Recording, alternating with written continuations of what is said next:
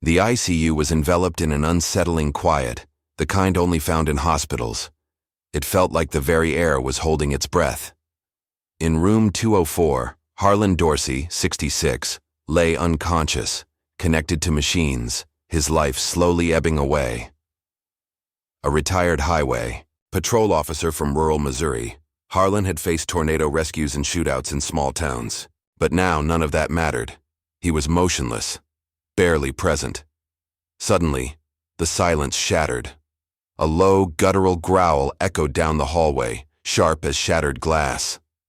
Boone, a striking black and tan German shepherd with wet fur clinging to his ribs, burst through the ICU entrance. His paws slid on the polished floor as he locked onto room 204. No one knew how he had gotten inside. Boone hadn't been seen since Harlan was admitted, but now he was back, and he was furious. Dr. Calvin Merton, the on-call physician that night, was inside room 204 with 2 nurses. He had just reached for Harlan's oxygen tube, ready to disconnect. Harlan's brain activity had dropped earlier that evening, and the prognosis was grim. The decision, though painful, had been made, until Boone lunged. The dog's jaws locked around Dr. Merton's forearm in a blur of muscle and instinct. Merton yelled out, the oxygen tube slipping from his grip. Panic erupted. Alarm screamed, nurses shouted, and security rushed in with stun gear. But Boone didn't release or attack further. He stood planted between Harlan and the doctor, his body shaking with tension, his eyes wild but intelligent. Nurse Marlene Keats, 63, stepped between the dog and the guards. "Wait," she said breathlessly. "Look at him. He's not attacking. He's protecting." And then a sound, a breath. Harlan's chest moved, his hand twitched. Monitors flickered. Weak but real, Boone released the doctor's arm and sat beside the bed, unmoving now like a soldier on guard. Everyone in the room froze. Dr. Merton clutched his bleeding wrist, his eyes locked on Harlan. "That can't be," he muttered. Marlene knelt beside the dog, tears forming. "He knew," she whispered. Boone hadn't reacted out of fear. He'd sensed something no one else could. And while the adrenaline slowly faded, what lingered was a chilling truth. They'd nearly pulled the plug on a man who wasn't gone. And what they would soon discover would change everything. The hospital had settled into a stunned quiet after the incident in room 204. Staff moved cautiously, whispering in hallways, casting glances toward the ICU. Word had spread fast.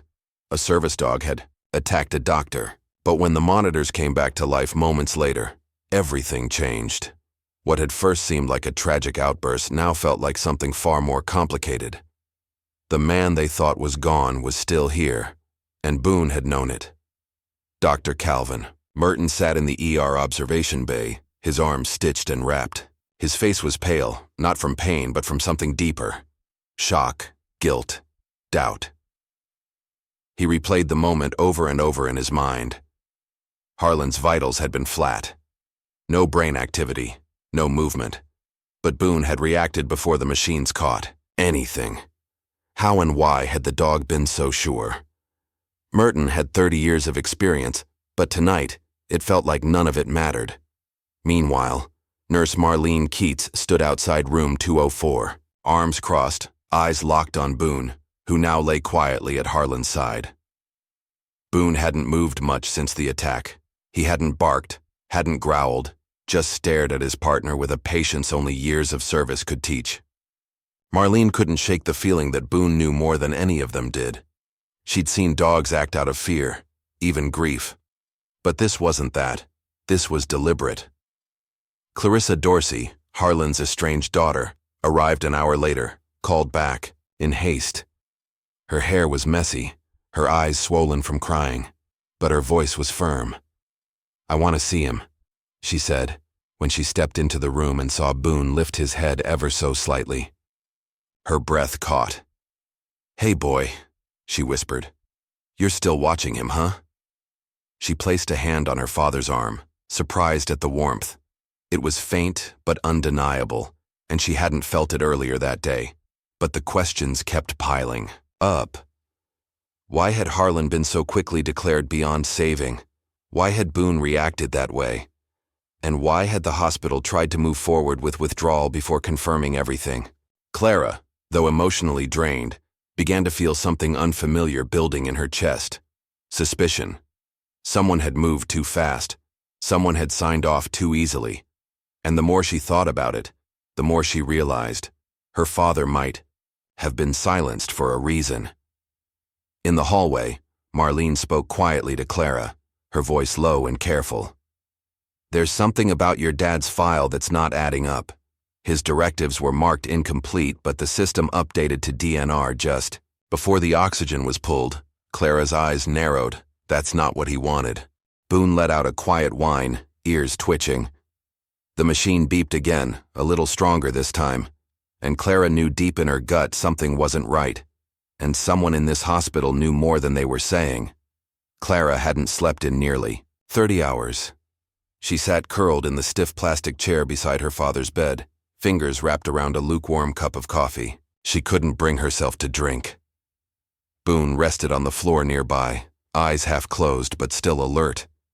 Every so often his ears twitched at passing footsteps or at the low rhythmic beep of the heart monitor. Clara looked at her father.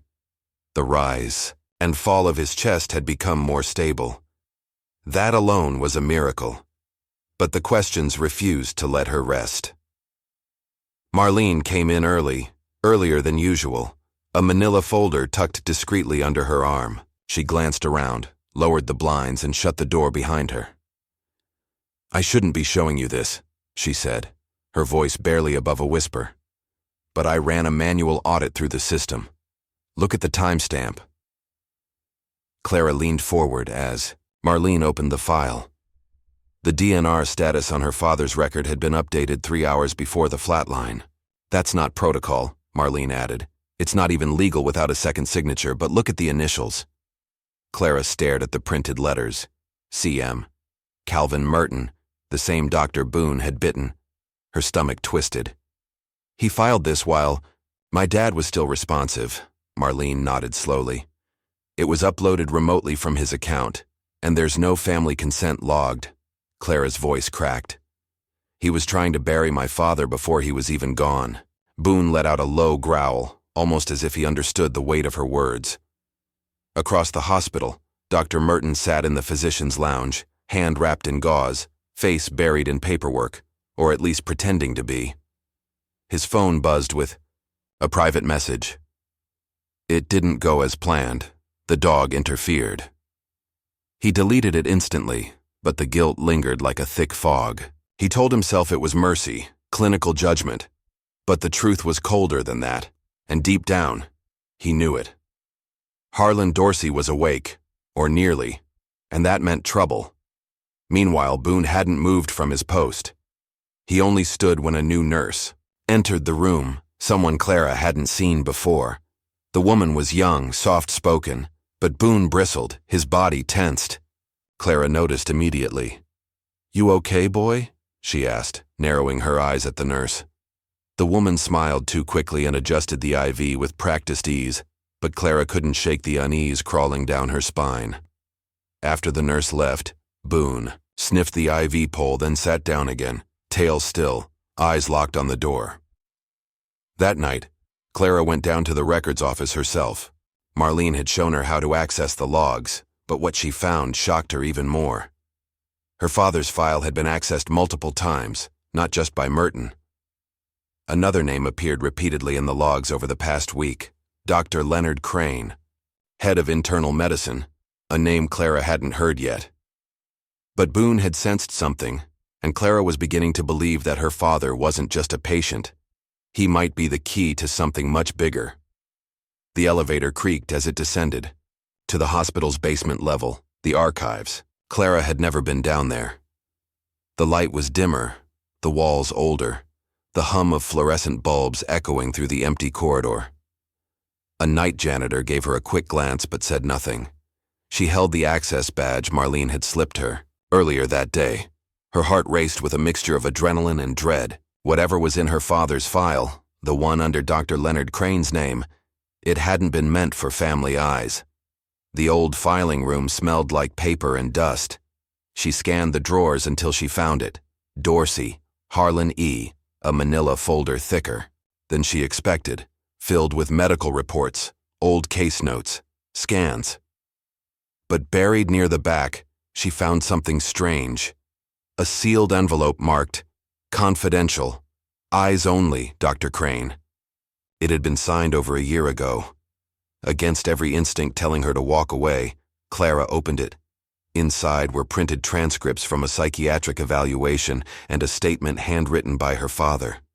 The letter shook her to her core. Her father had claimed under sworn affidavit that during his last year on the force, he had witnessed a series of internal cover-ups, misconduct, falsified reports, and something he only referred to vaguely as the Winterfield incident. Clara had never heard of it. But according to his words, he'd been ordered to stay silent, threatened. That's when he applied for retirement and was approved almost immediately. The same month he was assigned Boone. Back upstairs, Boone paced the ICU room, restless. Marlene had noticed his behavior change as the hours passed. He was no longer calm, his ears perked with every noise in the hallway. He kept glancing at the door, growling low whenever certain staff walked by, especially when Dr. Crane appeared briefly in the corridor earlier that evening. Boone hadn't barked, but the air had changed. He had stood tail stiff, gaze locked on the man like a statue carved in warning. Clara returned to the ICU near dawn, the envelope hidden in her coat. Her eyes were bloodshot, and her mind burned with questions. She sat beside her father again and whispered, "What happened to you, Dad? What were you trying to protect us from?" She placed the letter on her lap and held his hand. Warm, stronger now than the night before. Boone climbed up, laying his head gently on the bed. His eyes stayed fixed on the door. At 6:17 a.m., the hospital intercom buzzed, and a new shift began. But this time, Clara didn't feel safe. Someone had altered records. Someone had tried to let her father die. And now she held a piece of a secret that connected directly to the man they all thought was just another patient. Boone raised his head slowly, ears twitching. The hallway was still, but both of them could feel it. They were being watched. The hospital felt different that morning, colder, quieter, as if the building itself knew something had shifted. Clara sat by her father's bed, the envelope from the archives hidden beneath her coat. She hadn't told anyone, yet not even Marlene. Every instinct screamed that if this information fell into the wrong hands, whatever had nearly happened to her father might still be finished, just slower, quieter, more permanent. Dr. Leonard Crane appeared just after 7 a.m., dressed sharply in a gray suit rather than scrubs. He wasn't scheduled for ICU rounds, but here he was. Clara noticed Boone's reaction instantly. The dog stiffened before the door even opened. When Crane stepped inside, Boone rose and positioned himself between the bed and the doctor, tail low, ears high. Not a sound, not a movement out of place. Just that silent message again. "Don't come closer, Miss Dorsey," Crane said, flashing a rehearsed smile. "I heard about the miraculous improvement. Truly incredible. I came by to discuss your father's case and some options for next steps." Clara didn't move. Her eyes stayed locked on his. "You mean like withdrawing oxygen again?" Her voice was flat, dangerous. Crane blinked, thrown off. "Well, I wouldn't put it that way." Clara leaned forward slightly, pulling the sealed envelope from her coat and laying it on the bed between them. "I read what you tried to hide." A flicker, just for a second, passed across Crane's face. Then it was gone. He straightened his shoulders. "That file was confidential for a reason. Your father was confused, suffering from post-traumatic symptoms. That letter means nothing legally." Clara's eyes narrowed. "It means something to me, and it means something to him." Her hand rested on Harlan's wrist. He didn't open his eyes, but his fingers twitched. Boone took one step forward, head low. A growl began to form deep in his chest. Crane glanced down at the dog, then at Clara. His smile returned, thinner this time. "I'll be sure to update the records and inform legal that you've accessed restricted files. You're not authorized. No, Clara stood. Neither were you when you filed a DNR without family consent. The silence between them cracked with tension. Crane looked at her one last time, then turned and walked out, slower than he came in, like he knew the room was no longer his. As the door clicked shut, Boone relaxed slightly but didn't return to his resting spot. He stayed near the window, eyes fixed on the hallway. Clara sat back down, her hands shaking now that the adrenaline was fading. "He's hiding something, Boone. Something bad, and I think we just became a problem he needs to solve." The heart monitor beeped, steady, strong. Her father was still fighting, and now so was she. Clara didn't leave the hospital that day. Something deep inside told her that if she walked away even for an hour, her father wouldn't be there when she came back. Boone seemed to feel the same. He barely ate, barely blinked, and refused to sleep. His body stayed close to Harlan's bedside, always watching, always listening. Every time a door opened or a nurse passed, he rose. And every time it wasn't a threat, he sat again. But he never truly relaxed. Marlene returned just before noon, her expression tight. "I asked around," she said, closing the door behind her. "Crane's not just a doctor, he sits on the board. He's got ties to state medical review panels. If he wanted your father declared unfit or unstable, he could have done it with a few clicks, and no one would question it." Clara's stomach turned. And if my dad really knew something tied to that Winterfield incident, Crane could have every reason to shut him down permanently. Outside room 204, security presence had doubled. Clara noticed two unfamiliar men in plain clothes standing near the nurse's station. They weren't hospital staff. They didn't even try to pretend. One of them made eye contact with her and didn't look away. Boone growled under his breath. Clara whispered, "Yeah, I see them too." She checked her phone. No signal. It had been fine, all morning. Now nothing. That evening, while pretending to doze off in the recliner, Clara saw someone try to slip into her father's room. Quiet, fast, wearing scrubs, but it wasn't a nurse she recognized. Boone was faster. The moment the man crossed the threshold, Boone exploded into motion, barking with a volume that shook the glass.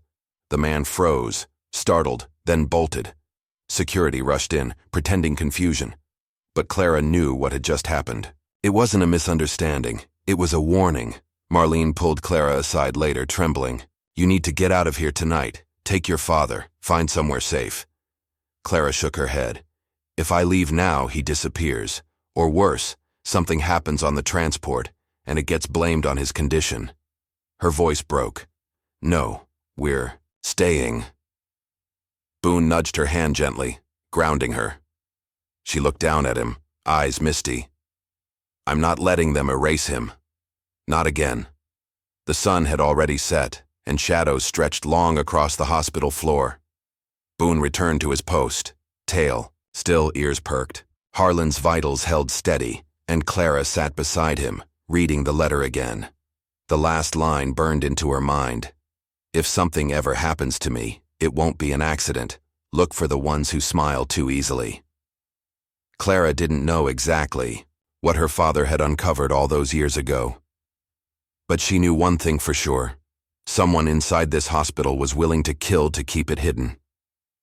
Clara had barely slept, her mind spinning with pieces of a puzzle that refused to fit. Every word in her father's letter echoed louder now. Winterfield cover-up, silenced. She had tried every search engine, every public record database, and found nothing. The incident didn't officially exist. But someone, somewhere, had buried it, and buried it well, until Boone had stopped them from burying her father too. It wasn't until mid-morning that she found a lead. Marlene pulled her aside, whispering, "There's someone who used to work with your dad back when he was still on the force. Retired early, keeps to himself. Name's Eli Chandler. He was there the night Winterfield happened." Clara didn't hesitate. She took the hospital landline, the only phone still working, and called the number Marlene gave her. The voice on the other end was gravelly and cautious, but when Clara mentioned Harlan's name, Eli went quiet. "Then meet me tonight outside the old train depot. Bring the dog." Clara didn't like leaving the hospital, not even for an hour, But something in Eli's voice made her believe he wasn't just a loose end. He might be the key. She left Boone with Marlene, temporarily, but the dog refused to sit still. The moment she walked out of the ICU, Boone began pacing, whining softly, eyes fixed on the door. He knew something was happening, something important, something dangerous. That night, Clara met Eli, Chandler in the dark shadow of the abandoned depot. He looked older than she expected, weathered eyes sunken, voice tired. But his memory was sharp. "Winterfield wasn't an accident," he said, voice low. "It was a sweep, a cleanup job. Your father found something he shouldn't have. Photos. Evidence. We were ordered to destroy it. He didn't. And that's why they came after him." Clara felt her breath catch. "Who's they?" Eli looked straight into her. Some of them wore badges, some wore suits, but they all worked for someone higher than the department. When she returned to the hospital, everything felt different. Damwand ran to her the moment she walked in, tail stiff, body on edge. Marlene looked pale. "They came back," she said. "They asked about the envelope, about Eli. They're watching us more closely now." Clara held her father's hand tighter this time. "Let them watch," she whispered. "I've got names now. I've got details. They can't stop us forever." But as the hospital lights dimmed for the night, Boone's posture didn't relax. He stood at the door again, unmoving, waiting, protecting. Because the truth was out there now, and someone out there had just realized Clara was getting too close. It started just after 2 a.m., the same hour Boone had first lunged to protect Harlan. The hallway lights near room 204 flickered once, then again. A subtle hum from the emergency power grid kicked in, and Clara felt the shift instantly. She stood up from the recliner, instinct prickling her skin. Boone had already moved to the door, tail rigid, nose pressed against the bottom crack, growling low and steady. Something was coming. Marlene stormed in seconds later, out of breath, her face pale. "They locked the record system," she said, voice trembling. "Not just yours. All patient files in this wing. No access without admin clearance. This is a purge protocol." Clara's blood ran cold. She rushed to the computer at the nurse's station just as the screen flashed red. Access revoked. Then the lights flickered again, and the hallway cameras powered off, one by one, section by section. Footsteps echoed. Not hurried, deliberate, controlled. Boone growled louder now, body pressing against the door. Then came a knock, calm, rhythmic, as if whoever stood there wasn't afraid of being seen. Clara didn't answer. She pulled the curtain around Harlan's bed, grabbed her father's file, and tucked it inside her coat. She glanced at Marlene.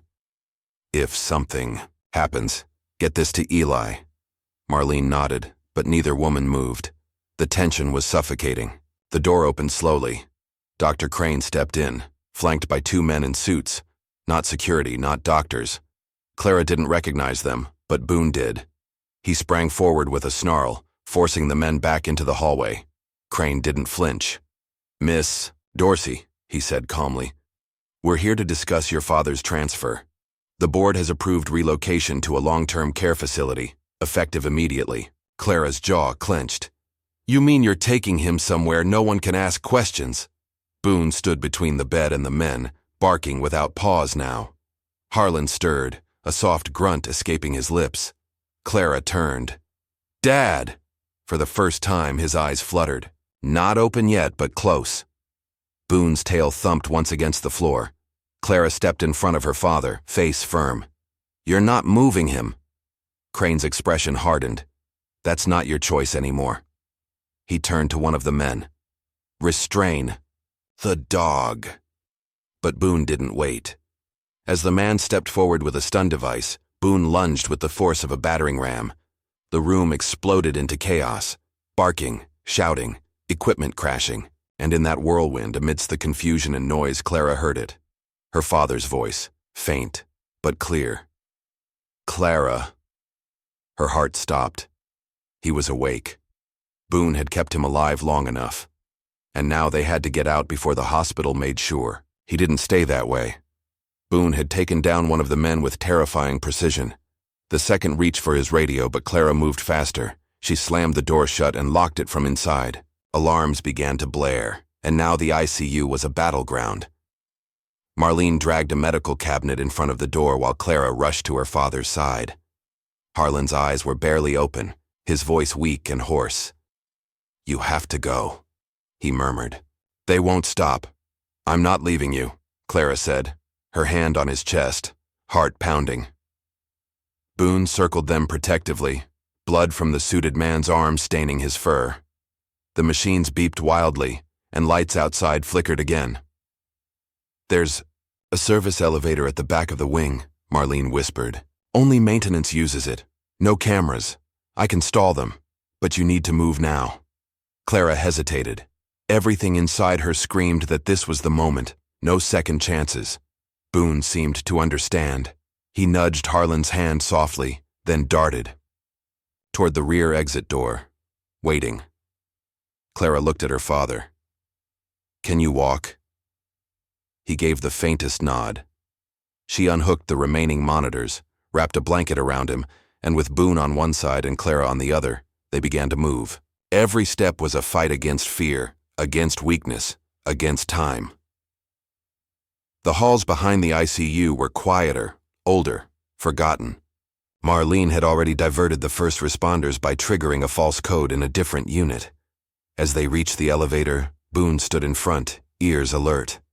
Clara slammed the button, praying it would work, and it did. The doors opened with a slow mechanical groan. They wheeled Harlan inside, and Boone jumped in beside him, never looking away from the corridor. Inside the elevator, Clara finally breathed, shallow, nervous breaths. She looked at her father, who tried to speak. "It's in the tape," he whispered. "Winterfield. I made a copy. Safe deposit box. Springfield First Bank, under your name. I did it for you." Clara stared at him, stunned. Boone rested his head on Harlan's knee gently. That tape, the one Harlan had risked everything to protect, might be the final key to exposing the truth. As the elevator reached the service level, Clara tightened her grip on the handles of the wheelchair. Whatever waited for them outside those doors, it was no longer just about survival. It was about justice, about finishing what her father started. And Boone, silent and fierce, was ready. Because the people who tried to silence Harlan Dorsey hadn't counted on two things: that he would live, and that he'd have a daughter, and a dog who would fight to the very end. 3 days later, the footage from the Springfield First Bank was in the hands of the U.S. Marshal's office. Clara had driven through the night with Boone in the back seat, and her father asleep beside her, heavily medicated but conscious. The key to the safe deposit box had been hidden in Boone's old service collar, a detail Harlan had planted years ago, just in case. And inside that small steel box was a single unmarked VHS tape. The contents were grainy but undeniable. A raid gone wrong, a man shot while unarmed, officers covering their badges, names whispered, including a younger Leonard Crane. The Winterfield incident wasn't just real. It was a stain so deep it had nearly disappeared under years of silence, forged documents, and convenient retirements. Harlan's refusal to comply had nearly cost him everything. Clara's voice shook as she handed it over. "My father was never unstable. He was silenced. News broke within hours. Investigations reopened. Crane resigned from his position and disappeared from public view. Others followed. The hospital tried to do damage control, but the truth was too loud. Now Clara gave a single interview. Nothing flashy, no spotlight, just the story raw and honest. Boone sat at her feet the whole time, never leaving her side, a silent hero in a storm of noise. Harlan was transferred to a secure recovery center upstate, far from the hospital that had nearly buried him alive. The damage done to his health would take time to heal, but the clarity in his eyes when he watched the news was all Clara needed. "You finished it," he told her softly. She smiled. "No, Dad. We did." She looked down at Boone, who lifted his head, tail thumping gently. "All of us." Months passed. Clara moved into a small farmhouse with her father, where peace was finally more than just an idea. Boone adapted to the slower life without hesitation. He still watched every door, every window. But now his tail wagged a little more freely, his eyes rested a little longer. He wasn't just a protector anymore. He was family. And every now and then, when the air got too still or the memories grew too loud, Clara would sit on the porch beside Boone, stroke the fur on his back and whisper, "You saved him. You saved all of us." Because in a world that had tried to erase a man's truth, it was a dog's instinct, a daughter's love, and a past too heavy to hide that brought everything into the light.